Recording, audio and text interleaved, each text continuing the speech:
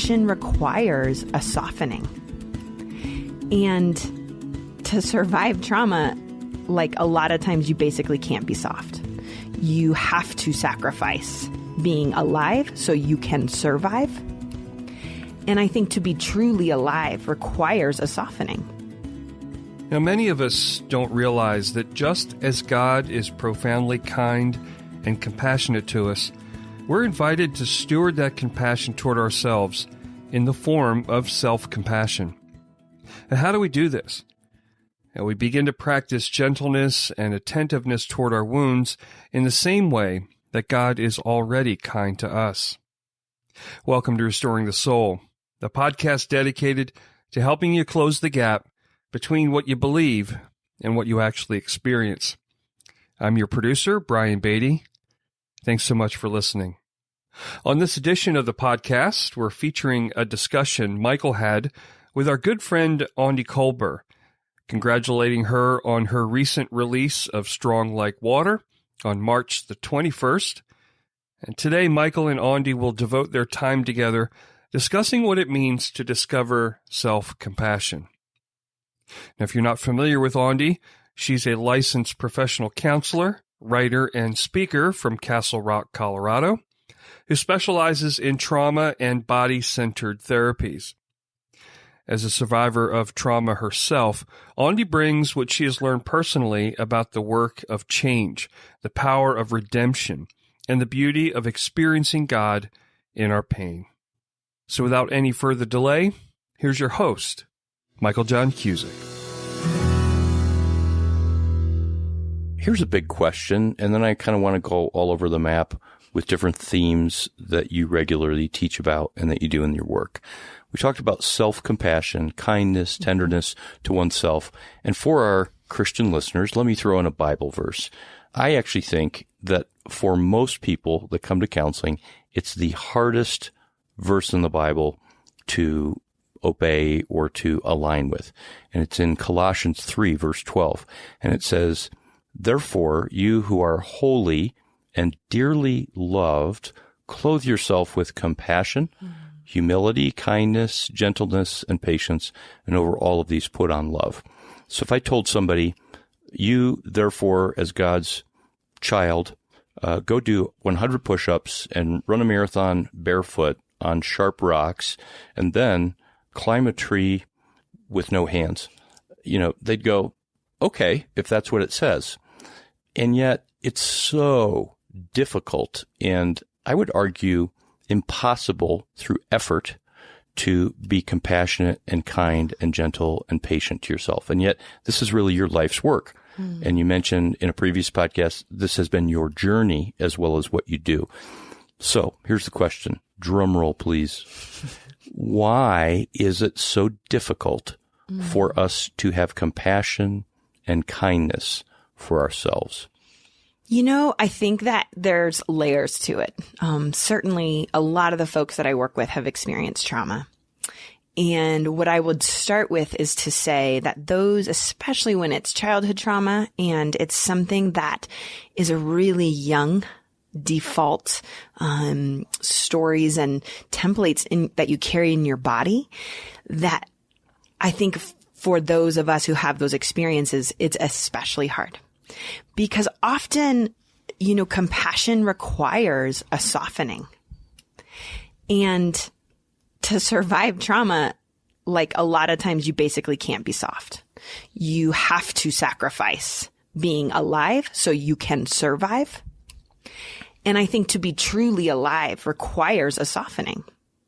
And so partly, I think, to start there, the part of the reason why compassion and kindness and love is that, especially like developmentally for kiddos, it's really not appropriate, but it's normal for kids to sort of blame themselves for their own experiences of trauma, because kiddos are very egocentric, and that's appropriate. Right. And because they're egocentric, it becomes organized around like it must be my fault. Like the reason why I'm not taken care of by those who love me the most in the world is because it must be me. The reason why the person who should love me the most in the world harms me, it must be me. The reason, just fill in the blank, whatever that is, because that is really just where kids are at developmentally. I never made the connection with the egocentrism, which is not ego of inflation of self. It's literally a cognitive ability or inability to see the other's perspective.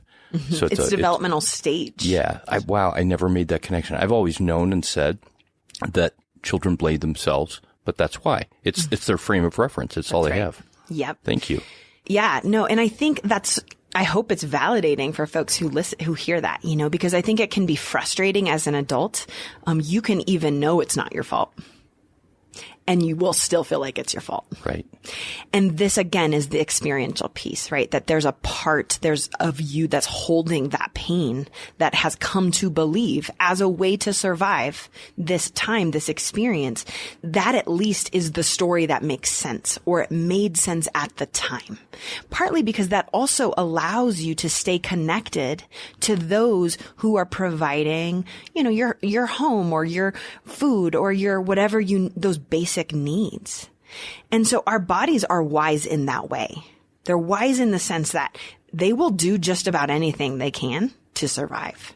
And thank God for that, But I think that is the first layer I'll start with that question, is that when you've had those experiences, it makes it profoundly difficult. The earlier you learn something, the longer it's lived in your body, the more ingrained, the more you've traveled those, that neural circuitry that is deeply encoded into your body. And I think that's why for me, it gives me a lot of compassion for myself when maybe I'm struggling with something around that this is an old, deeply encoded story, which is why I have to be profoundly gentle. Because it's the opposite, right? It's the repair. It is like if the rupture is continually feeling like you're always not enough, you're to blame, all the stories we tell ourselves, then how much more do we have to repair? For if the thousands and thousands of times that we told those stories, then it's like the thousands and thousands of little repairs. Right. And so from there, though, even for folks who maybe would say, well, yeah, I didn't experience that in childhood, or, maybe they had experiences of good enough parenting. I think even then, this is not an easy concept. And I think partly it's because culturally, especially in Western culture, we value meritocracy. We value pulling yourself up by your bootstraps. We value a certain version of strength. We value, we value white knuckling. Yeah. Get over it. Don't be such a baby. I mean, these are all really subtle that are part of our culture, and they're really unproductive. Yes. So if you're building a fence, you need to show up, dig the ditch, work hard, maybe get calluses, sweat. If you are caring for a child, you're going to have sacrifices and you have to push through.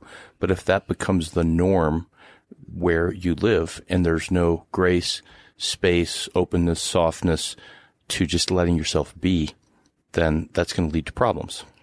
Absolutely. I mean, I think part of why, I think self-compassion maybe is getting a little bit more normalized, which I love. But I think a lot of people have this reaction to it, like, ugh, oh my gosh, that's so whatever. That's weak. That's selfish.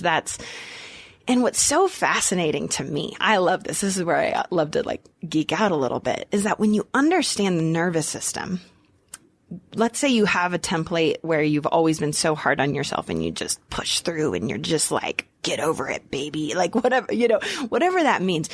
Part of what is happening there is that when we are having to armor up, we are inhibiting, we're not inhibiting, but we're not able to process and move through experiences in a way that's necessarily allowing emotions to fully process. So part of what's happening there is that if you experience something that's really disturbing, it's more likely to be traumatic. It's more likely to get stuck in your body because our body needs to have a certain level of sort of that softening to be able to move through something. Right. Alternately, let's say that's your template, but you begin to learn how to practice self-compassion. Part of what we're doing there, Dr. Kristen Neff talks about this a lot. She's the foremost researcher in the area of self-compassion. And she talks about how self-compassion taps into our mammalian caregiving system. And what that's doing is, like, when you have a threat response in your body, which is what we have to sometimes do to overcome things that, are really hard or big, it starts to inhibit the cortisol response and the adrenaline. And so what that's saying is that it's sort of a form of co-regulating in your own body. Yeah. It dials down all of the things that make us ramp up, whether it's an actual fight or flight response or kind of flexing our muscles and pushing in. It dials that down and then opens us up, as you said, softening to the opportunity for co-regulation, to be cared for, to receive. Yes. So Dr. Kristen Neff. Yep. And so this is a big deal. Because what this means is that's actually resilience. So what we're saying is that self-compassion leads to resilience. And resilience is big business in the corporate world and in athletics. So I think where you're going with this is that people who kind of poo-poo, to use my mom's word, compassion and say that's kind of weak, that it's actually contradictory to what they would want, because it makes you stronger, makes you more resilient.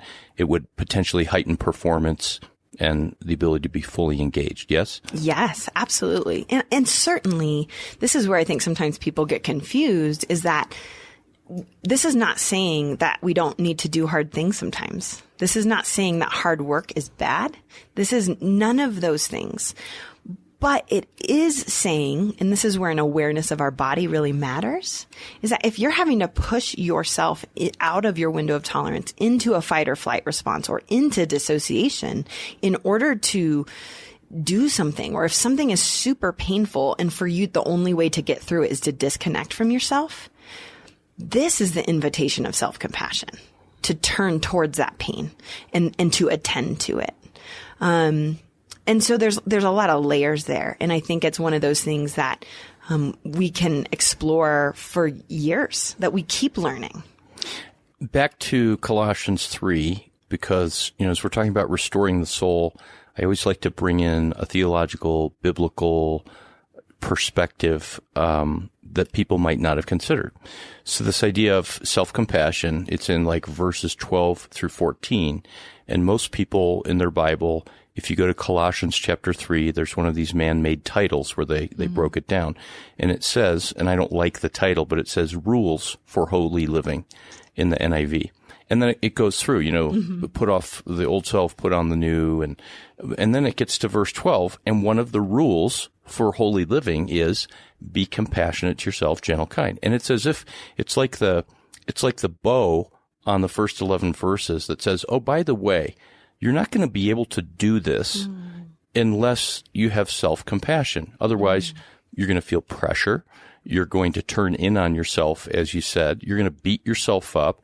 Everything that's the opposite of gentle, kind, and compassionate is where you're going to end up. And then who wants to, live the Christian life or try to do what's right or be loving if you're in that space? So it really seems to me to be a key ingredient.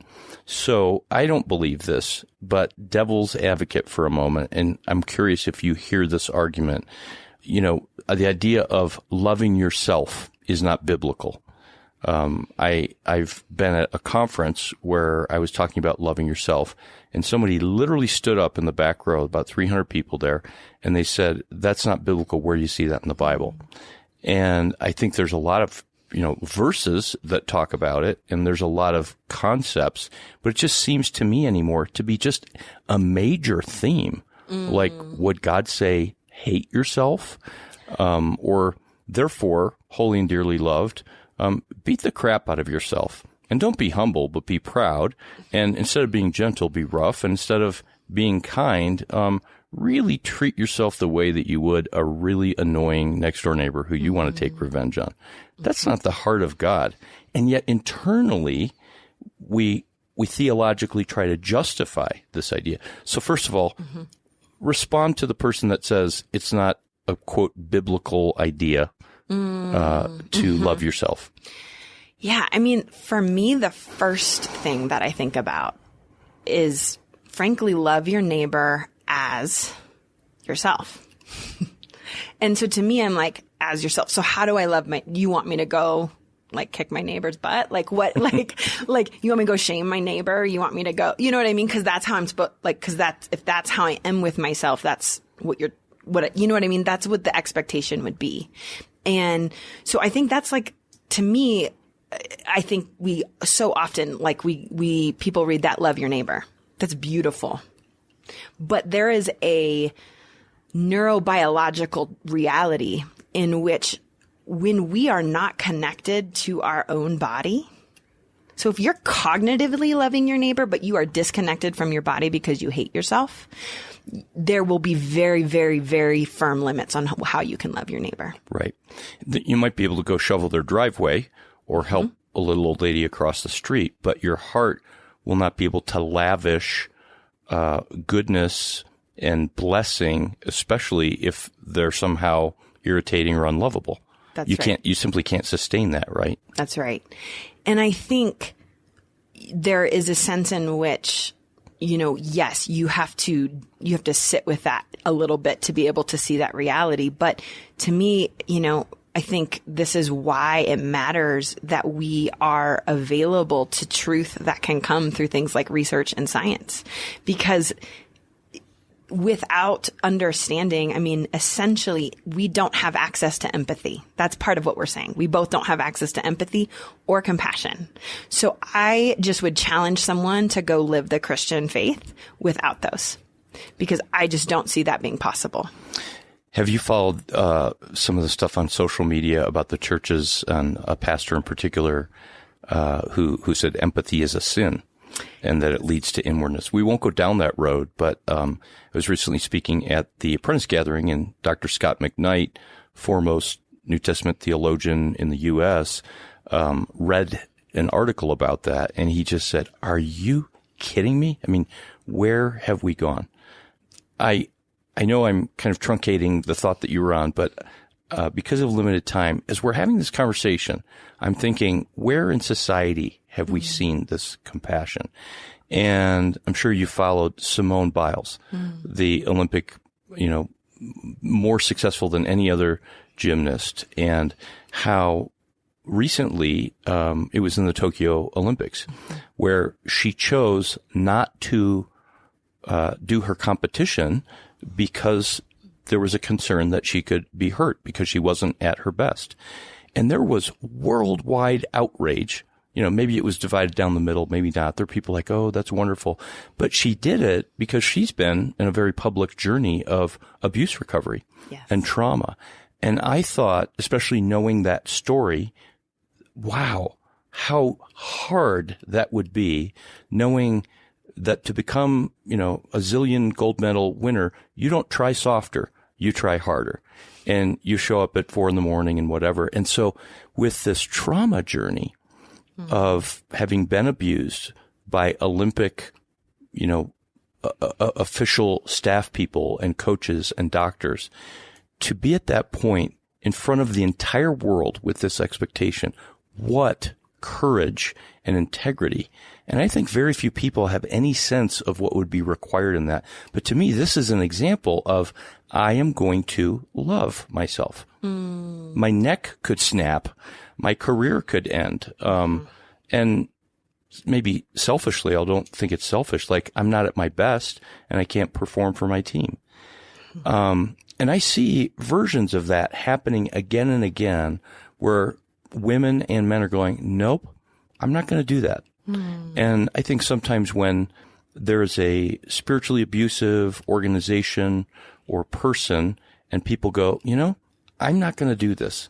I'm going to step away. It might not be initially against a resistance of evil or darkness. It might just be like, I don't deserve this. And it's a way of being compassionate. Setting those boundaries, it sounds like, is a big part of compassion. So I'll let you comment, but then talk a little bit about boundaries and how that's part of how we develop compassion for ourselves. Yeah. Yeah. Well, I just want to echo, I just have profound respect for Simone Biles. I think for her as not only an abuse survivor, but a Black woman in America, to have the profound, I would put that under the realm of fierce self-compassion. And I'll just say Dr. Kristen Neff does a lot of work around that too. So I just want to give her props for that specific phrase, but it's this willingness. There's a desire to care for oneself. It's attending to oneself, but the fierceness requires a mobilization. Whereas I think typically self-compassion, like a lot of the ways that I talk about it is through the lens of tenderness. And the other sort of balancing is the fierceness. And I would say that, it's like, I believe that healing requires both. And I believe that's really the heart of God. I mean, so say that again. Healing requires fierceness and tenderness. I believe so. Okay. And I'll talk about that with boundaries in a second, because I think it's very interlinked, but I believe it's also the heart of God. And, lately I've been thinking about this in who Jesus was, that he both invited rest to those who were weary. But when there was injustice, when there was, ways that people were being abused, there was a fierceness. This is like a no, thank you. I'm not okay with that. Right. Yeah. And that I think, part of healing, and this is where I'll link it to boundaries, is that boundaries, they create safety so we can be tender. But to have boundaries requires a mobilization of saying, no, you may not. No, sorry, I'm not available. No, this is not okay with me.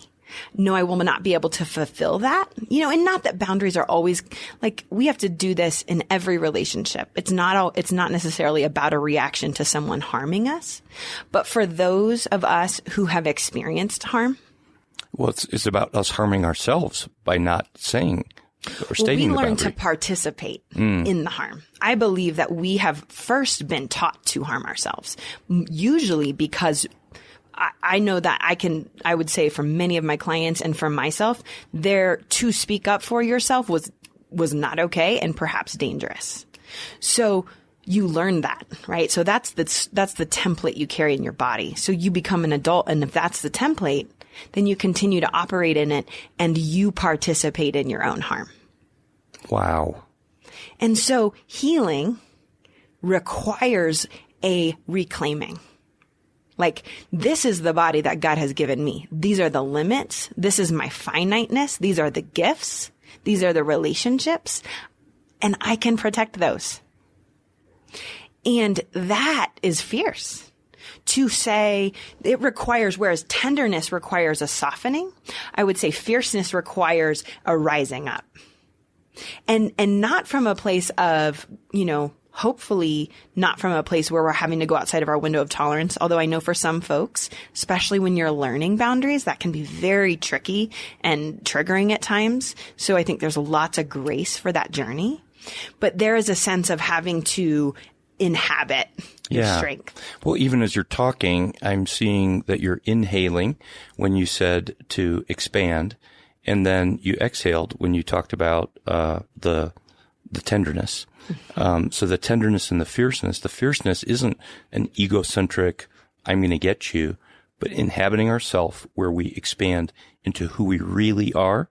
And the tenderness is softening and releasing into who we really are. But both sides of it are part of our true self. I believe so. And I think that's so beautiful, and I think it's just one of the things I've been meditating on lately is just that God made us to inhabit the fullness of our humanity. Jesus came fully human. That blows my mind all the time. Just how human, yes, God, divine, and fully human. Do you realize, and I know you do because you went to seminary and you've spoken and worked deeply and for a long time with people, but for Christians, how foreign that idea might sound, that Jesus came to make us fully human. Because so often the message is we're to be less human, that we need to dial down our humanity, our desire, our neediness, our dependency, and yet it's exactly the opposite. And in that expansion of our need and our dependency and interdependency, we actually become who we're meant to be, and we become like God. I like to mess with the question, is God needy? I think this is literally me just riffing on this. I have I think I may feel differently in an hour, but when I think about that concept, I don't think God's needy in the way that we think of needy. I don't think it comes from a place of lack. Right. But God is, I think maybe, I'm trying to think of a different way that we think of needy when it's not the lack. Like I think God is tender in the tenderest way that needy could present itself. God wants to be with us in the way that a neediness could be present itself. God has, I think God inhabits those very human characteristics, but I think God is fullness. And so, whereas our neediness might come from, it's like a signal of maybe where we have not enough. Yeah. So I'm riffing too. I frequently quote St. Teresa of Lisieux, who said that our poverty is our capacity for God, our emotional, relational, spiritual poverty, not per se monetary. And so our neediness is poverty, and God, because there's no lack or scarcity, he is wealth, and his need is to spread the wealth, and that he can't not do that. There's a compulsion to spread the wealth, to give himself away, to attune, to be the secure place. As we're having this whole conversation, and your book is built in many ways upon this assumption, it all assumes that there is such a thing as love, that there is a place, a person, whether that's a parent to an infant, a parent to a teenager, partners, spouses, where we look one another in the eye, we look to their heart, to their being, and it's transformational. It does something to our neurobiology. And I'm struck by how in Jesus' very last sermon on the night that he was betrayed, he said, all the stuff I've been teaching for 3 years, here's the summary. Here's what it's all about. Okay, listen up. I'm the vine. You're the branches. Remain. Stay. Abide. Be with. Your word, inhabit. And that is like par excellence the metaphor for attachment, right? That everything neurobiologically in utero to death is like a branch and a vine. And to the degree that we somehow are severed, or that's disconnected or perceived to be disconnected, there's death. And this is not a small point. You should come back and we'll talk about this. But you know how what Romans 6:23 says, for the wages of sin is death. And I don't know how many times you've heard, well, that's God's punishment for sin. And my pastor at a very conservative church got up once and he said, God is not punishing you, and God does not punish you. And I literally went, I'm going to join this church. And I did. But the wages of sin is death, because the branch and the vine somehow get severed, and the branch can't live. In the same way that if I cut off a limb on my tree, it's like pulling the plug of a ventilator in ICU. Death will ensue. It's not punishment. It's just what happens when you're dependent upon that. And I say all that to say, and I want you to have the last word, but I say all that to say that love has us, which is a phrase that I use, that God didn't just give us an idea of love, but that he gave us a person, and he became a person, and he entered into the messiness, and back to your initial point, the realness of our story, and showed us that love is trustworthy, love is dependable, that we're attuned to, and that ultimately we are safe and secure in love. Yeah. I think that's just, it's beautiful. And I think for me, what my faith has really become, it is mostly just this idea of it is an attachment. I mean, it is the experience. It is the actual embodied being with. And I can't imagine it not being that way anymore. I don't really want anything different. And I think, I love that phrase, love has us, because I really believe that's God's heart and desire, that there is a sense in which even when we can't hold on, love holds us. And so I think there's such this beauty that, I think of, the verse where God is working all things to good. And that, has been used so many times to spiritually bypass for people and put bows on things. But if we can honor the reality of life and how hard it is, but hold the tension of the hope that God is working it to good, like that's when you say love has us, that's what it reminds me of. You have been listening to part 2 of a conversation with my friend and colleague and one of my favorite people and author of the book, Try Softer. If you have not read or gotten a copy of Try Softer, please, please, please, if you care about change, healing, transformation, restoration, becoming yourself, this is a book that is a must read. It's really a book, although this word is not in the book, to my knowledge, it's a book about discipleship. It's a book about what it means to follow Jesus into becoming the you that you were created to be. And Aundi has a new workbook called the Try Softer Guided Journey, a soulful companion to healing. And all of these are from Tyndale. You can find them on Amazon or other fine bookstores. But please make sure to check it out. And we're so grateful for Aundi coming by the studio. So thank you for listening to another episode of Restoring the Soul. We want you to know that Restoring the Soul is so much more than a podcast. What we're all about is helping couples and individuals get unstuck. You know how some people go to counseling or marriage therapy for months or even years and never really get anywhere? Our intensive programs help clients get unstuck in as little as 2 weeks. To learn more, visit restoringthesoul.com. That's restoringthesoul.com.